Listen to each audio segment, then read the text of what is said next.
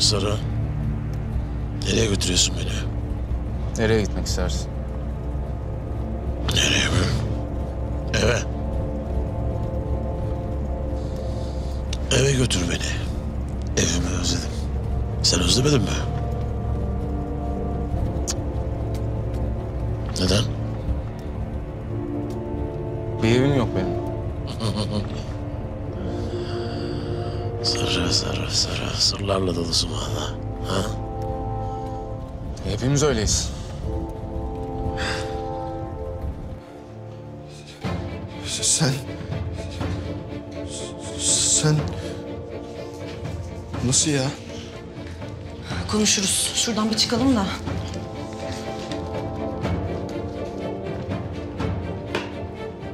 Böyle silah kullanmayı nereden öğrendin?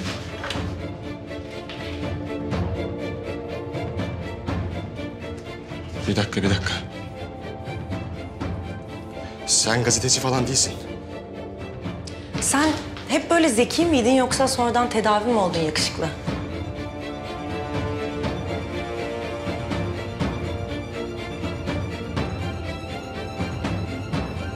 Sen... Komutanımı aramam lazım. Telefonun yanında mı? Şişt. Bana bak. Senin doktor porselen ne oldu ya? Hiç görünmüyor bu aralar. Ha? Aranız mı bozuk, limoni mi? Hazırlık yapıyordur. Eğer hemen çeneni kapatmazsan sana dikiş atmak zorunda kalacak. Tamam komutanım, kızma. Sen de bugün pek agresifsin.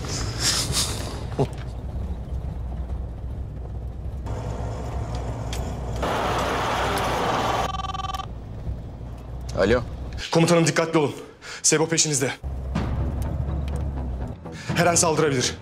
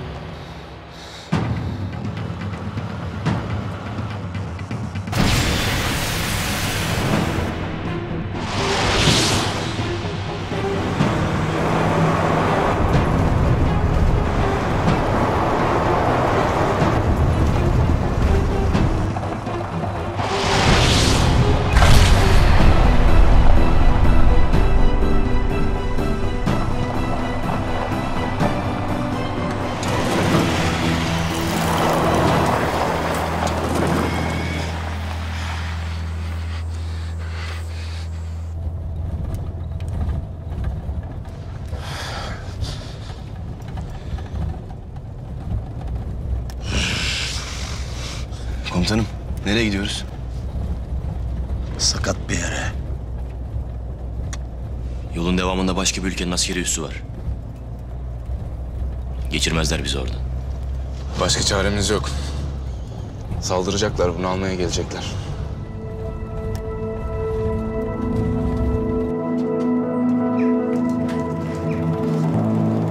Eylem, bana açıklaman gereken şeyler var. Ya açıklarız ya. Önce bir canımızı kurtaralım.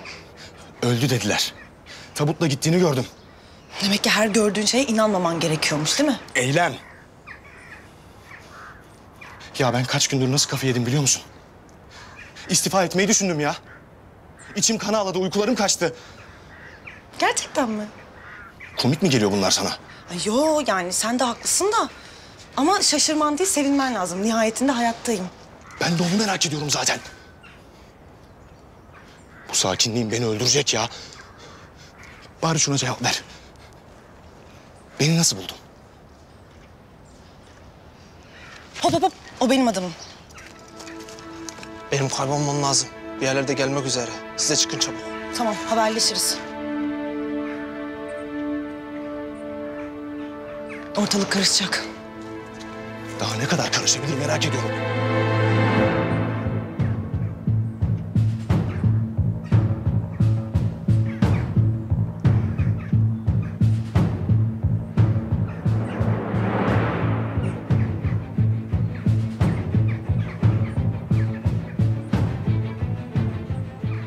Başkaları da peşlerine düşmüş. Büyük ihtimalle bunlar da avcının peşinde. Sessizce takip edelim.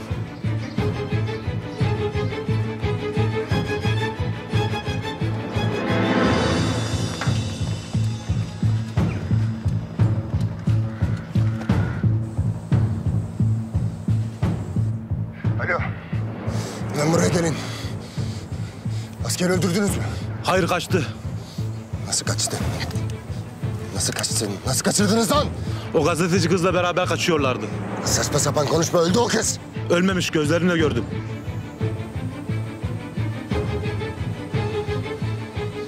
Ne oluyor lan burada? Ne oluyor?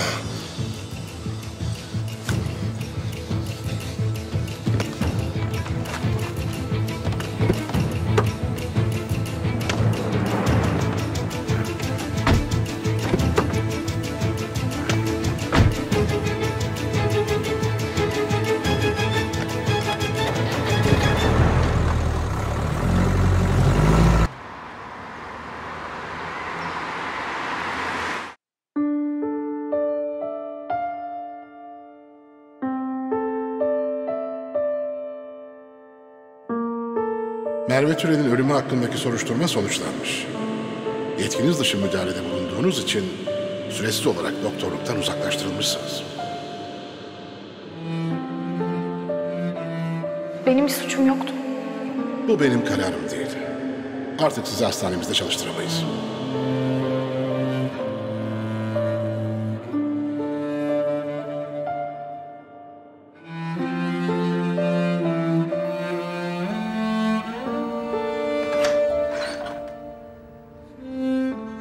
Bahar. Canım.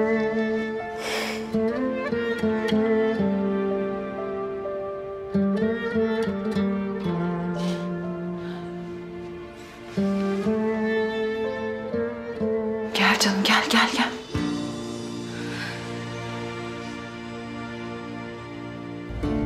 Ne oldu? Yine mi sıkıştın Sarı? Ha? Vah vah vah vah. Şimdi burası sizin ülkenizde değil. Ha? Hani ha deyince destek de gelmez. Ne yapacaksınız sarışın? Dur söyleme. Ben tahmin edeyim. Biz hepsine yeteriz diyeceksin değil mi? Boşuna uğraşma Çolak. Öyle ya da böyle bu yolun sonunda ellerinde kelepçe Ankara'da sorgu odasında bulacaksın kendini. O kadar emin olma sarışın. O kadar emin olma. Her şey bitti. Doktorluğumu kaybettim. Ya Bahar, hemen böyle düşünme. Mutlaka bir çaresini bulacağız. Bir çaresi yok. Diplomamı elimden aldılar Nazlı. Ey Allah ya. Durun bakalım. Öyle iş mi olur? Şunun aslını bir öğrenelim.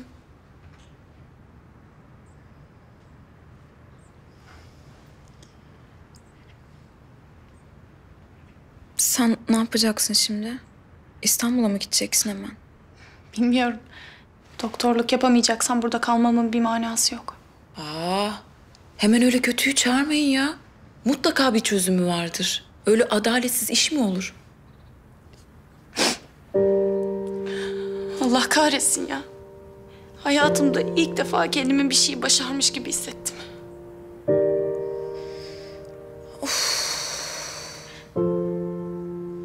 Babam burada olsaydı keşke. O bir çaresini bulurdu belki. Arasak mı anne? Aradım da ulaşamadım. Müsait olunca muhakkak bize geri döner. Ya Bahar, lütfen artık sen de böyle yapma. Büyük bir yanlış yaptıklarını anlayacaklar. Nasıl? Şikayet edenin Merve'nin ailesi olduğuna eminsen git bir konuş bence. Ne diyeceğim ki? Onlara acılarını hatırlatmaktan başka işe yaramaz. İyi de sen suçsuzsun. Yani gidip açık açık konuşursan belki sana hak verirler. Bilmiyorum. Hem böyle bir şey yapmama Yavuz ne der? Vallahi bence Yavuz abi bu durumu bilseydi çoktan gidip konuşurdu.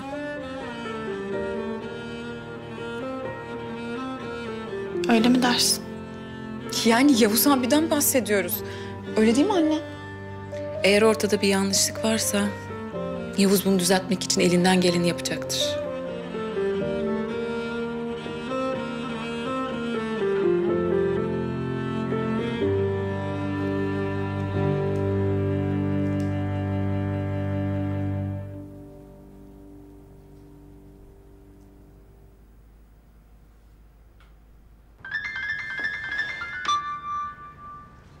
Pardon.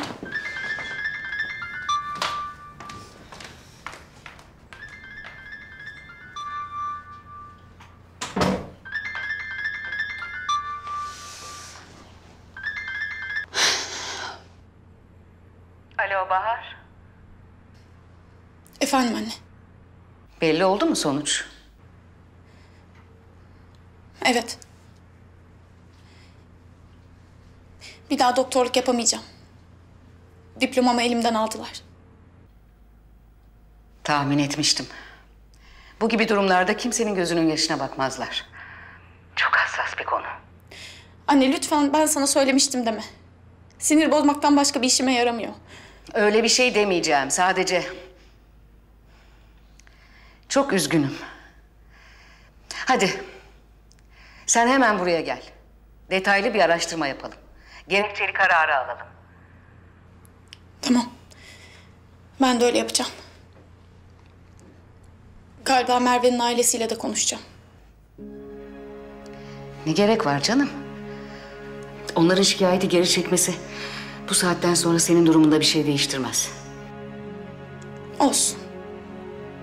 Benim bir hatam olmadığını bilsinler. Ne gerek var? Seni şikayet eden insanlarla görüşerek çözemezsin bu durumu. Toparlanıp dön hemen. Ben bir çaresine bakacağım. Anne madem bir çaresine bakabiliyorsun, o zaman diplomamı geri al. Ben de Karabayır'da kariyerime devam edeyim. Bahar, saçmalama. Diplomamı kaybettim, mesleğimi kaybettim ama senin umrunda değil. Tek derdin beni geri döndürmek. Acaba üzülüyor musun mesleğimi yapamayacağıma? Üzülüyorum tabii. Öyle mi? Hiç sanmıyorum.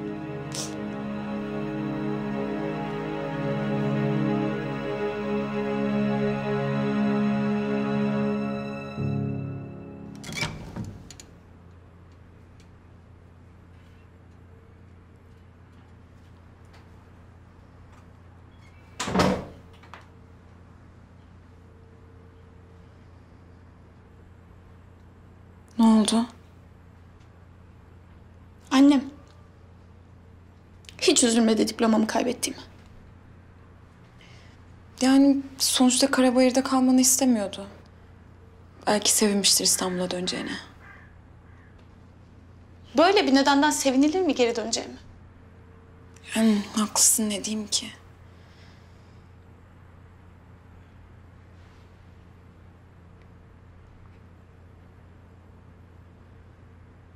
Tabii her şey onun planıysa sevinir ama. Yok artık. Anlayacağız.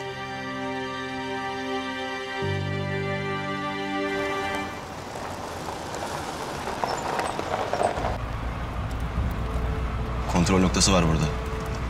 Tamam, çek sağa.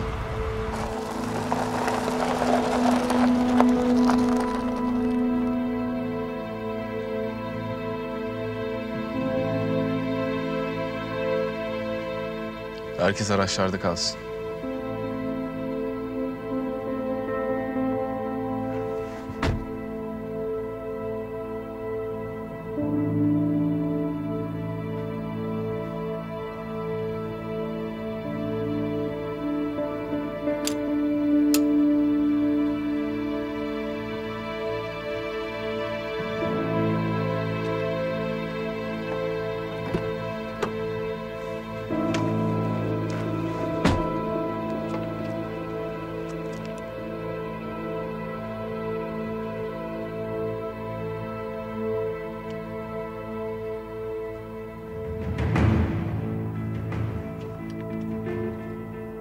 Identify yourself.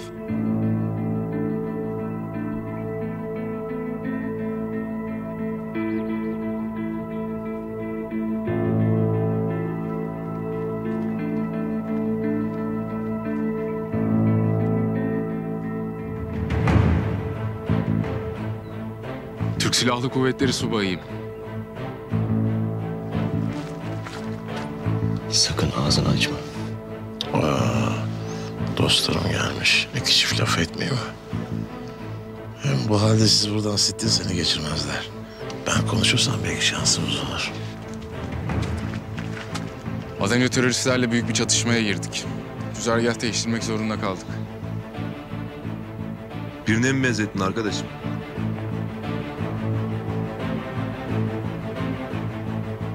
Buradan geçmek için bizim verdiğimiz izin belgelerine ihtiyacınız var. Biliyorum. Helikopterle buluşma noktasına intikal etmeye çalışıyoruz. Acil bir durum. Bizi ilgilendirmez. İzniniz yoksa buradan geçmenize izin veremem. Ağzını açarsan yersin mermiyi. Ya senin o güzel düğme ağzına böyle tehditler yakışıyor mu koçum? Onlar benim laflarım oğlum. Ayrıca sen mermilerini çok dikkatli harca. Çünkü birazdan bizimkiler de gelince ortalık bayağı karışacak. Onlara ihtiyacın olacak. Ne çirkin adamsın sen ya. Mesleki deformasyon. Yıllar yıpratıyor.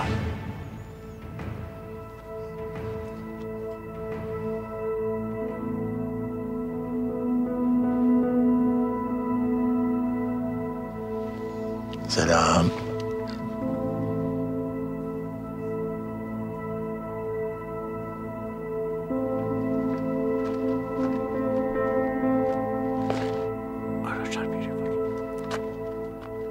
Araçtaki kim?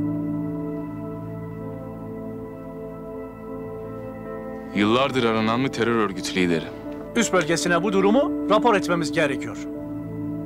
Bakın, az önce çok sert bir çatışmaya girdik. Takip altındayız. Eğer bizim buradan geçişimize izin vermezseniz burada daha büyük bir çatışma yaşanacak.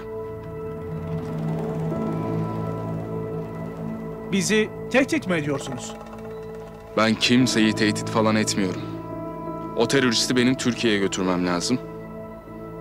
Ve bunun için her şeyi yapacağımı bilmiş olun.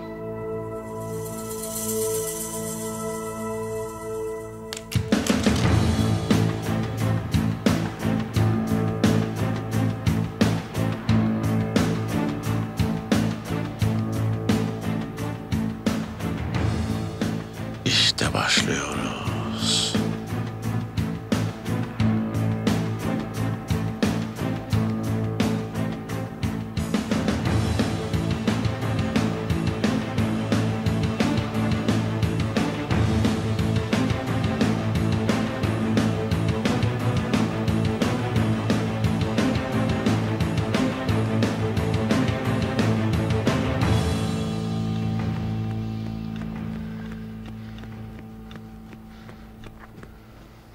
Önlerini çevirmişler. Yakaladık. Hemen etraflarını sarın. Tamam. Ama dikkatli olun. Yabancıların ne yapacağını bir görelim. Tamam. Çok dikkatli olun. Çoluğa bir şey olmasın.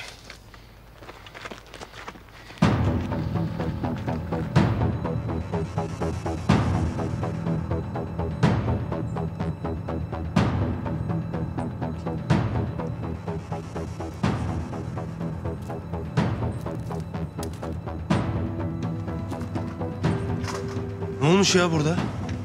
Anlaşılan avcı parti vermiş. Yalnız değilmiş. Biri yardım etmiş. Kim etmiş olabilir ki? Bu taraftan. Buralarda büyüdün herhalde. Avucunun içi gibi biliyorsun her yeri. Dersime iyi çalıştım diyelim. Ona ne şüphe. Koş koş koş! Peşindeler hala, koşun.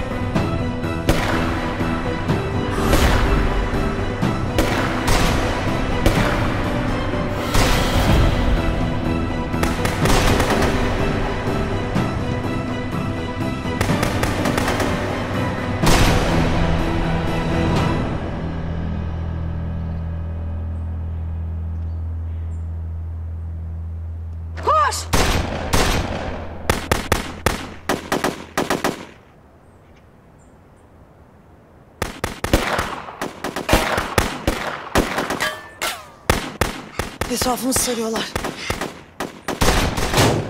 Görüyorum. Hepsiyle baş edemeyiz. Cephanemiz az.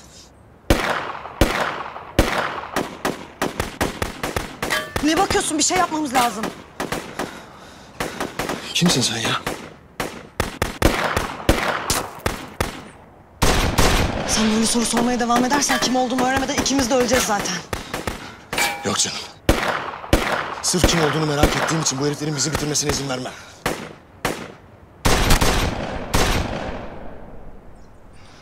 Senin olayın mı omuzdan vurmak ya? Ha? Mermimiz az. Sıkıyorsun bari öldür. Mesela? Böyle mesela.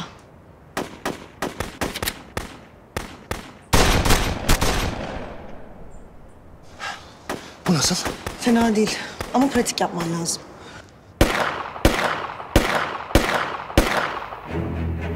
Bakın kimseye zarar gelsin istemiyorum. Bu iş böyle devam ederse burası kan gölüne dönecek. Hemen geldiğiniz yoldan geri dönmezseniz akan kan sizin kanınız olacak.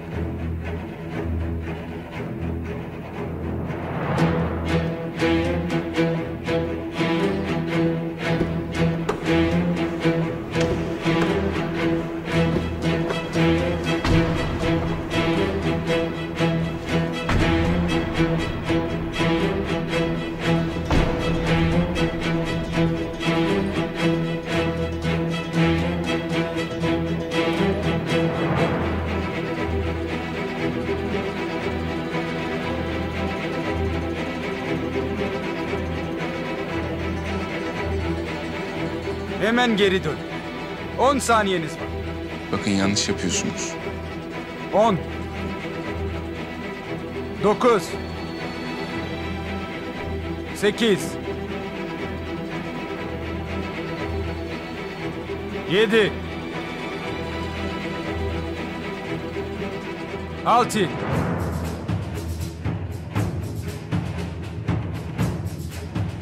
5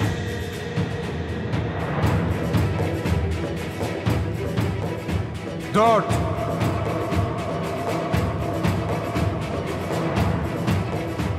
3 2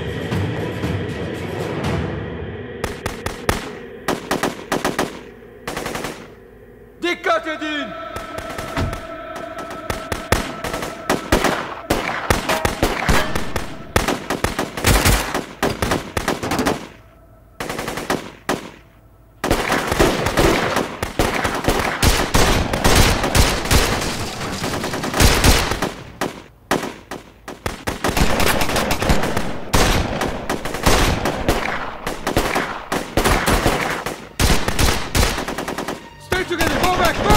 Arka tarafa ateş etmeyin! Başımıza bela atmayalım. Mesela nasıl bir bela? Daha beter olacak değil ya.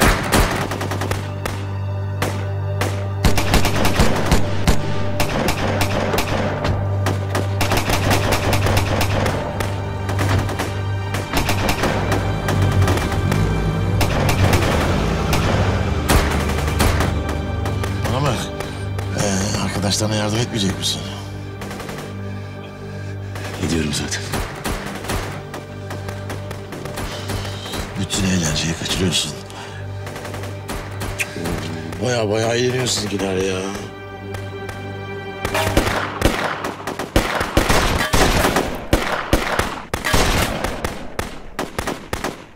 Çıkamayız buradan. Farkındayım.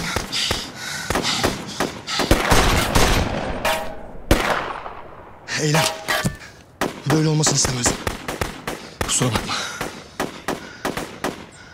Son cümlende söyleyeceğin şey bu mu? Ne söylememi isterdin?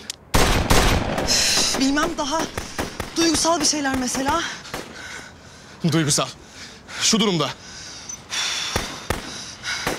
Muhtemelen birazdan ikimiz de öleceğiz. Yani içinde kalan bir şeyler varsa hani belki söylemek istersin diye dedim. Kaç mermin kaldı? 2. Senin? 2. O zaman sana şu an yakışacak en duygusal cümleyi kurayım.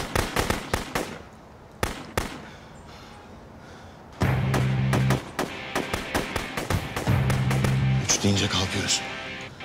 İndirebildiğimiz kadar adam indiriyoruz. Tamam. 3.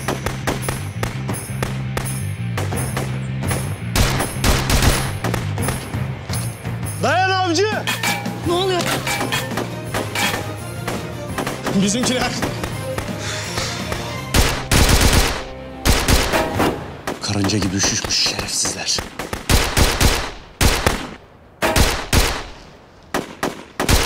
Koruyun beni!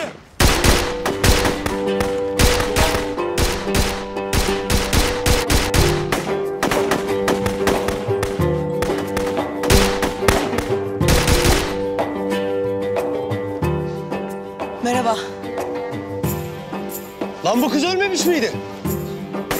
Ölmemiş.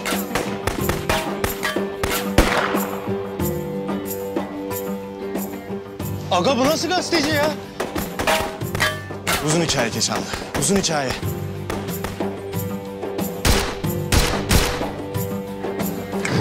Dışarıda çok eğleniyorlar gibi. Çıkar kafayı bir bak. Bir bak oğlum, öldüler mi kaldılar mı? Sap gibi kalma orada. Fena sıkıştık. Vallahi helal sana. Ben olsam çok daha fırlamış kaçmıştı oralarına. Pardon. Sizde emre itaatsizlik diye bir şey var değil mi? En büyük günah. Emir demir keser. Doğru. Bana kızma, sizin kurallarınız. Oha, roket mi lan o? Siktir ya. Bence sarıya bir göz kulak olsa iyi olacak. Çünkü birazdan o sarışın kapkara olacak. Kaldır kafayı bak. Hadi bak lan, bir yere kaçtığım yok. Bak hadi. Komutanım. Komutanım dikkat et. Ne dikkati oğlum? Seni duyacak durumda mı adam? Komutanım. Duysa da bir şey yapamaz. İş sana kaldı. Hala duruyorsun ya. Komutanı feda ediyorsun yani. Uslu uslu dur burada. Herhalde. Dayanamadın değil mi?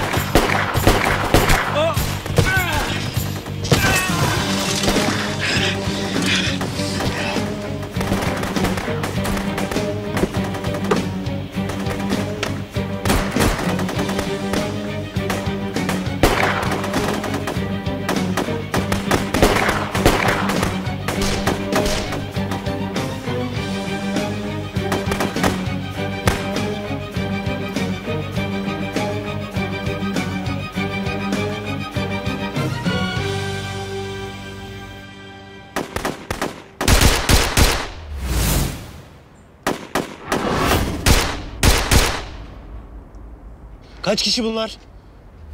Ne bileyim ben. Mantar gibi bittiler bir anda. İyi misiniz Keşanlı? İyiyiz, iyiyiz. Burasının maşallahı var.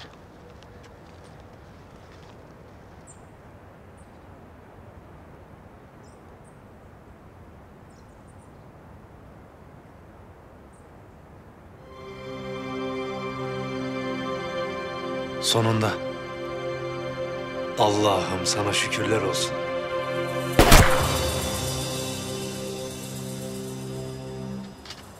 Hayda. Ne oldu lan?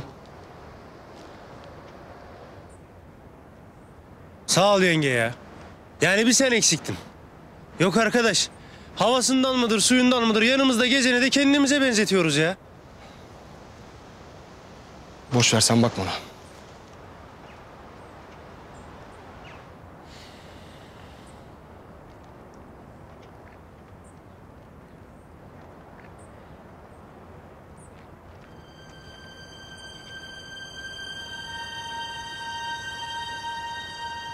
Eylem? Ne oluyor burada? Vallahi ben de sizin gibi aynı soruların cevabını bekliyorum.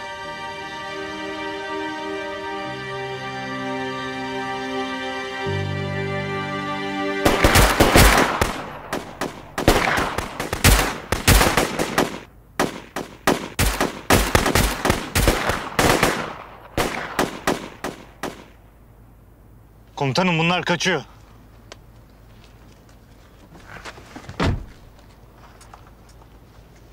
Herkes iyi mi? İyiyiz komutanım. İyiyiz komutanım. Monikalar uzadılar hemen. Onların olayı o. Zora gelince vın.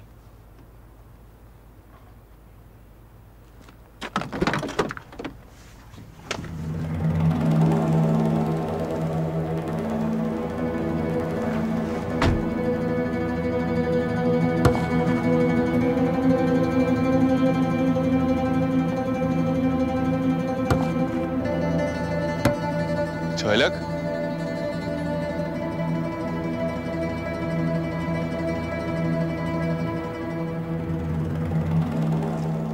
Komutanım Çolak.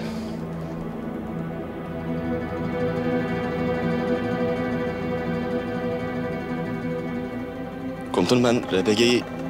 Tamam oğlum sen doğru olanı yaptın. Kaçmış mı? Komutanım üste gitmiştir. Hemen hazırlanın çabuk.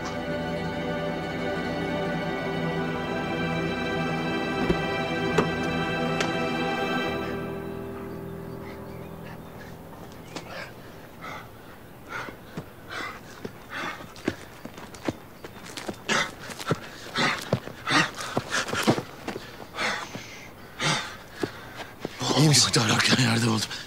İyiyim. Çabuk, çabuk, çabuk, çabuk, çabuk.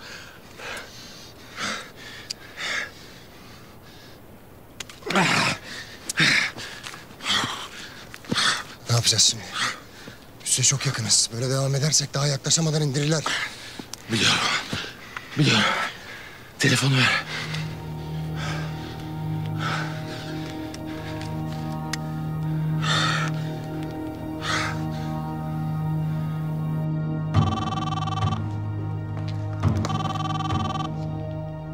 Efendim? Alo, ben Çolak. Kurtulmuşsun. Sebo sayesinde. Şu anda yabancı bir üssün dibindeyiz. Sığınmak için yardımınıza ihtiyacım var acil. Kıyamet eylemi ne durumda peki? Askerin bilgisi var mı? Bütün askere haber verdim. Aptal aptal konuşma. Sen beni ne zannettin? Kimsenin hiçbir şeyden haberi yok. İşi buradan da yürütebilirim. Yeter ki şu yabancı üsse sığınma işini bir an önce çözün. Tamam. Hemen ayarlıyorum.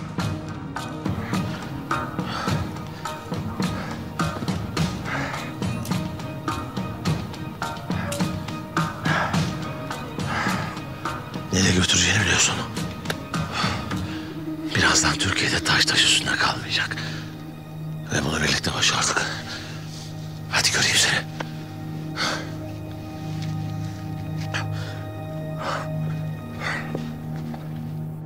Neler döndüğünü anlatacak mısın artık? Hakikaten ya. Sen nasıl ölmedin? Benim bir fikrim var ama senin ağzından duymak istiyorum. Fransız istihbaratı için çalışıyorum. Gazeteci kimliğiyle Orta Doğu'da yaşanan gelişmeleri takip etmekle görevlendirildim. Ajansın yani. Yengeme bak be. Ajan çıktı iyi mi? Devam et. Sebo'nun durumunu öğrenince onunla yakından ilişkisi olan biri olarak ben görevlendirildim. Görevin başından beri Sebo'yu yakalamaktı yani. Evet, yakalayıp Fransız hükümetine teslim etmek. Tabii. Bu derece tehlikeli bir teröristin sizin vatandaşınız olması sizi bayağı bir tedirgin etti. Peki niye adamın kafasına silah dayadın? Çünkü çok sinirlendim. Yaptıklarını duyunca dayanamadım. O biliyor mu senin gazeteci olmadığını? Bilmiyorum. Vay be. Yalnız iyi silah kullanıyorsun ha yenge. Helal olsun. Komutanım üste gidiyor bu. Sığınacak. O girmeden almalıyız. Koşun.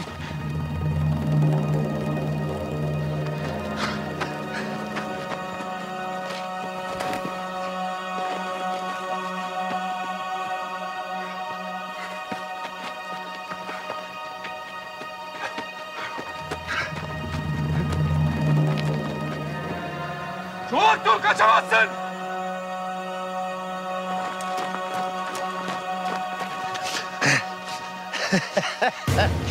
Artık çok geç sana. Kabul et. Beni alamayacaksın. O askeri üsse güveniyorsan yanılıyorsun. Seni almadan dönmeyeceğim. Bu tutkuna bayılıyorum. Sakın vazgeçme. Unutma. Söz verdik. İndireyim mi komutanım? Dur. Burada kalacağız. Komutanım içeri giriyor. Görüyorum. Silahlıyız, bu şekilde yaklaşamayız. Tavırları belli. Hemen ateş açarlar bize.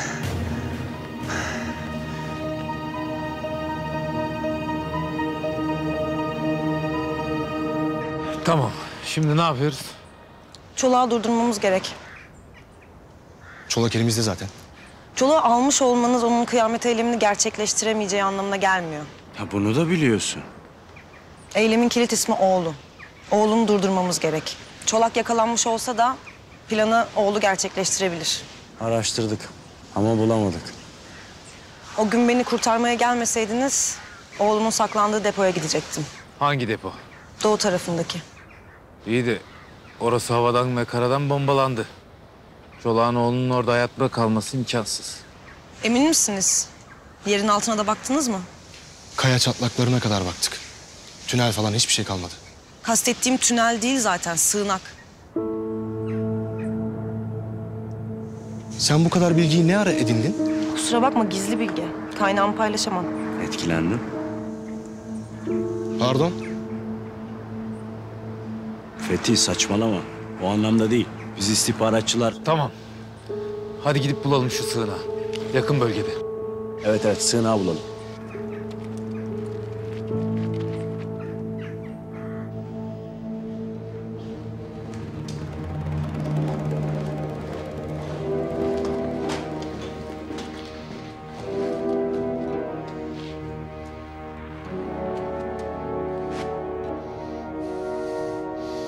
Buranın güvenliğini sağlayın.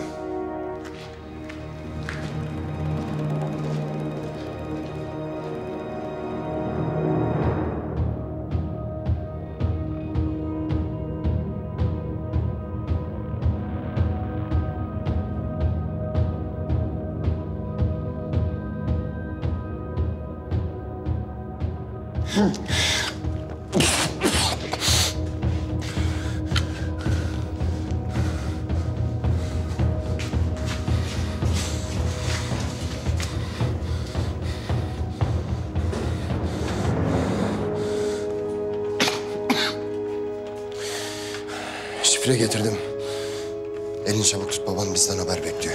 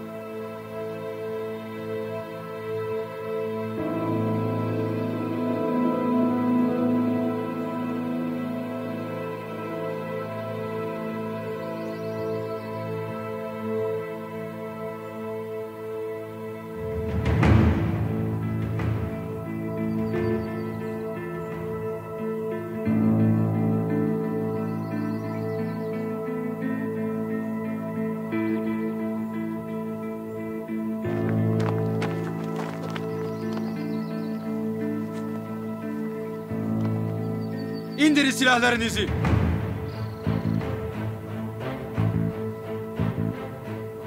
Size indirin silahlarınızı dedim.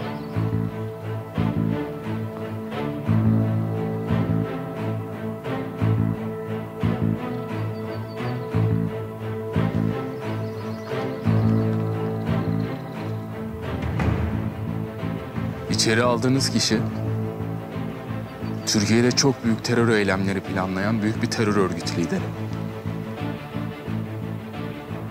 Çok büyük yanlış yapıyorsunuz. Size hesap verecek değiliz.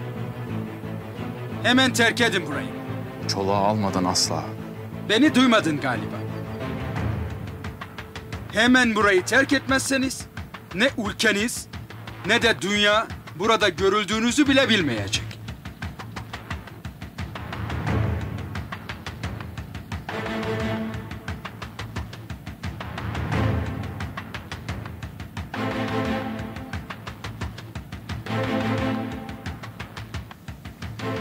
Gerekirse kanımızın son damlasına kadar savaşırız. Eğer %1 bile ihtimal varsa çolağı almak için o ihtimali değerlendiririz. Öyle bir ihtimal yok.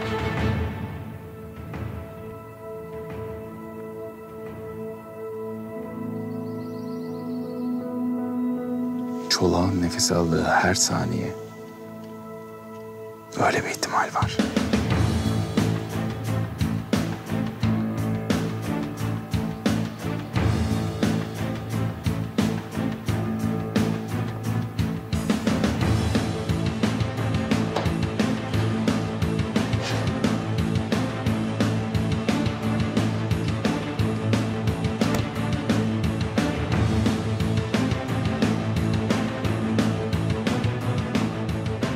Size düşünmeniz ve bu saçmalığa bir son vermeniz için kısa bir süre veriyorum. Eğer tekrar döndüğümde fikrinizi değiştirmemiş olursanız başınıza geleceklerden sen sorumlusun. Terör örgütü liderine yataklık yapanlardan korkacak değiliz. Biz burada bekliyoruz. Beklemeye de devam edeceğiz. Öyleyse ya ölecek ya da tutuklanacaksınız.